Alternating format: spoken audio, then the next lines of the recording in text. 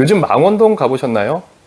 홍대보다 더 핫하다고 말씀하시는 분도 계시고, 에이, 이제 망원동은 다 끝났어 라고 말하시는 분도 계십니다. 그러면 제가 이거 하나 질문할게요. 망원 상권 지금 투자하러 들어가도 괜찮을까요?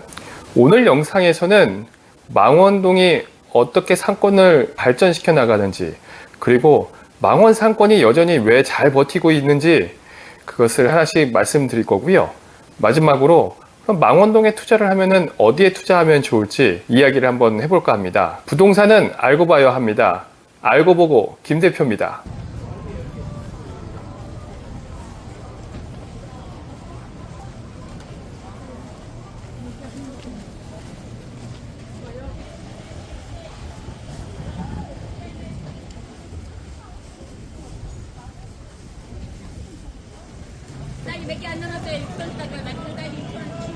망원은 원래 눈에 띄는 상권이 아니었습니다.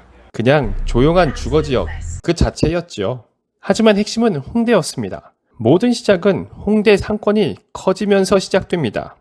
홍대가 커지면서 임대료가 상승되었고요. 소규모 자영업자들은 자연스럽게 밀려났습니다.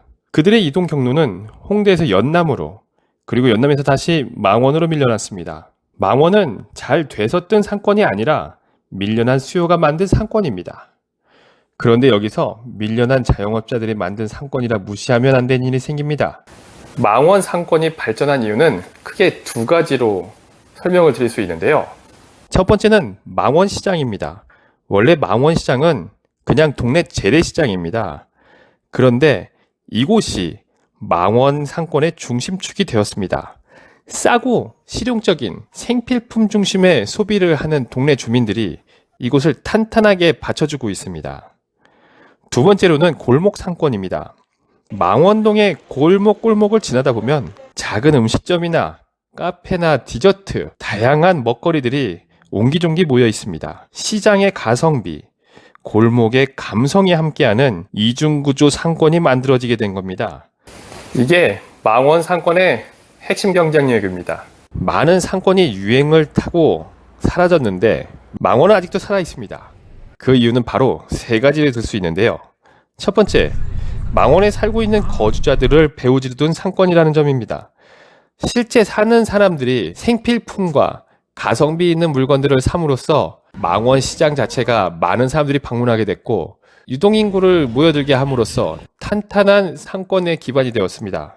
두 번째, 목적을 두고 방문하는 상권이라는 점입니다. 망원동 같은 경우 목적을 두고 방문하는 소비자들이 상당히 많습니다. 망원시장에 맛있는 것을 먹으러 찾아온다라든가 망리단길 가자라고 하는 MZ세대들의 수요가 겹치면서 상권이 탄탄해졌습니다. 세 번째는 홍대 상권이 지금도 확장 중이라는 점입니다. 망원 상권은 애초 태생이 홍대의 발전에 기인하고 있습니다. 홍대 상권이 지금도 계속 커지고 있다는 것은 망원이 계속 성장하고 있다는 뜻이기도 합니다. 즉, 망원은 유행 상권이 아니라 구조적으로 유지되는 상권입니다. 그럼 지금 망원은 어떤 상태냐? 한마디로 말씀드리면 성장은 이제 멈추었다고 보셔도 될 것 같습니다. 지금은 성장이 아닌 안정 구간에 진입한 상권이라고 보시면 될 것 같습니다. 그 이유는 세 가지인데요. 첫 번째, 우리가 알고 있는 대형 프랜차이즈들이 일부 유입되기 시작했다는 점입니다. 원래 프랜차이즈 같은 경우는 성장 중인 상권에 절대 들어가지 않습니다. 어느 정도 검증이 되고 안정화된 그런 상권에 프랜차이즈가 유입이 되는데요. 지금 망원 상권에는 그런 브랜드 있는 프랜차이즈들이 들어오는 것이 눈에 띄게 보이고 있습니다. 두 번째로, 건물 리모델링이 증가했는데요. 건물의 리모델링이 증가했다는 뜻은 부동산 투자자들이 많이 들어왔다는 뜻이기도 하고요. 아울러서 투자자들이 자금을 회수하기 위해 임차인들의 임대료를 대폭 상승시킬 가능성이 높다는 뜻이기도 합니다. 임대료가 높다는 뜻은 들어올 수 있는 임차인이 한계에 다다랐고, 즉 성장이 어느 정도는 한계에 다다랐다는 뜻이기도 합니다. 세 번째, 임대료 상승이 둔화됐다는 점입니다. 망원 상권은 2000년 초반 이후로 2018년까지 꾸준히 임대료가 상승해 왔습니다. 비교적 가파르게 성장을 하면서 임대료 또한 같이 상승을 하였는데요. 하지만 코로나가 지나고 난 2024년 현재 시까지는 망원 상권은 이제 어느 정도 안정화 시기라고 보실 수 있을 것 같습니다. 망원 시장은 이제는 폭발하는 상권이 아닌 버티는 상권입니다. 망원에서 돈 되는 자리는 어디일까요? 여기서 제일 중요한 말씀을 하나 드릴게요. 망원에서 돈 되는 자리는 바로 여기입니다. 가장 유동인구가 많은 곳은 망원 시장 입구 라인입니다. 관광 수요와 생활 밀착형 수요가 혼합되어서 정말 유동인구가 많은 곳이 이곳입니다. 이곳의 특징은 무조건 사람이 있다는 거예요. 하지만 단점도 존재하는데 임대료가 당연히 높고요. 투자 금액이 많다 보니 상대적으로 수익률이 낮습니다.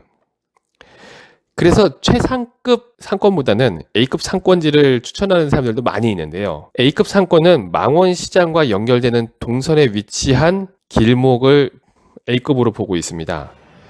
시장 끝에서 골목으로 이어지는 길, 사람의 흐름이 자연스럽게 이루어지는 곳입니다. 이곳의 핵심은 유동인구가 그냥 지나가는 길이 아니라 머무를 수 있는 길이라는 점입니다. 이것이 A급지이고요. A급지보다는 조금 떨어지지만 준 A급지가 있습니다. 망리단길 중심골목인데요. 이곳은 MZ세대들을 대상으로 한 감성상권, 즉 카페나 디저트들이 곳곳에 배치하고 있는 그런 곳입니다.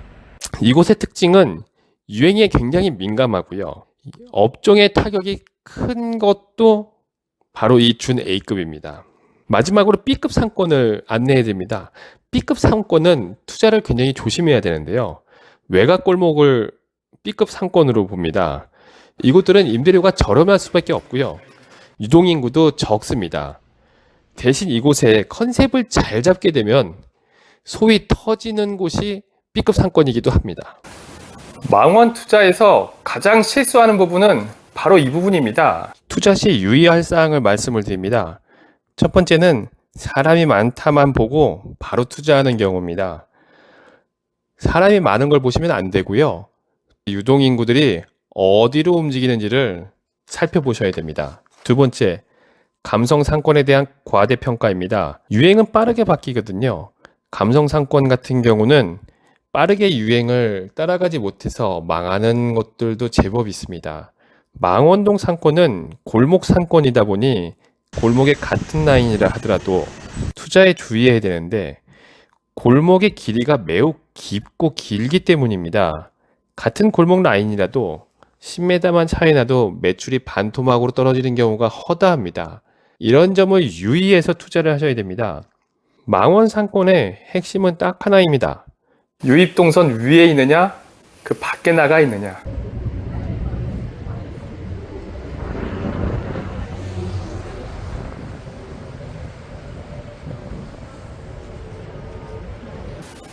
망원은 이제 초고속으로 성장하는 상권은 아닙니다. 대신 안정적인 상권, 무너지지 않는 그런 상권이죠. 그래서 망원동을 투자할 때는 무리한 투자보다는 안정적인 자리를 선택하는 게 망원동 투자의 핵심입니다. 망원 투자를 고민하고 계시다면은 이제 자리부터 세려보셔야 됩니다. 망원동 투자 함부로 들어갔다가는 완전히 망할 수도 있습니다. 다음 영상에서는 망원에서 절대 투자하면 안 되는 건물을 실제 사례를 기준으로 말씀을 드리겠습니다. 지금까지 알고 보고의 김 대표였습니다.